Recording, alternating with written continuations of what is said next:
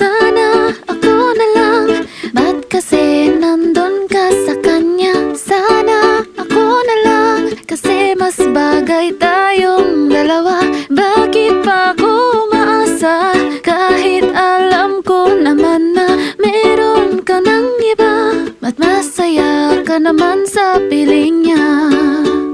Sana ako na lang ang kausap mo tuwing hating gabi. Magkasama kang kumain ng ice cream dun sa tabi. Sana ako na lang, oh please ako naman ay pansinin. Oh please naman.